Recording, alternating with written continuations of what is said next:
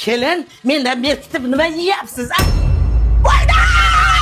Kelinimni boshiga pichoq tiqib ketishdi. Yo'qmi qilmang oyijon, bu haqiqiy emas. Kelinning fokusni go'shga tayinlamatuvdi.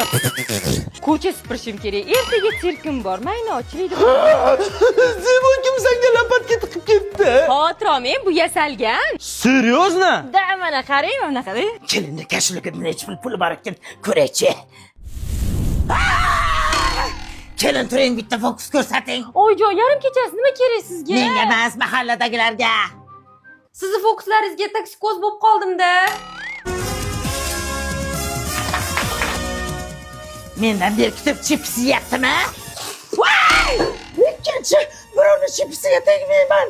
Qarang, ichida hech narsa yo'q, lekin bundoq qilaman, ichidan quyon chiqib keladi. Qanaqa qilasan buni? Quyonga buni 6 yil o'rgatganman. 6 yil. Boshingiz qazg'oq bo'lib ketibdi. Ha, qazg'og'imni fokus qilib yo'qota olmaysan. Reserve bor-ku. Ha, bu haligi ko'zli shampuni.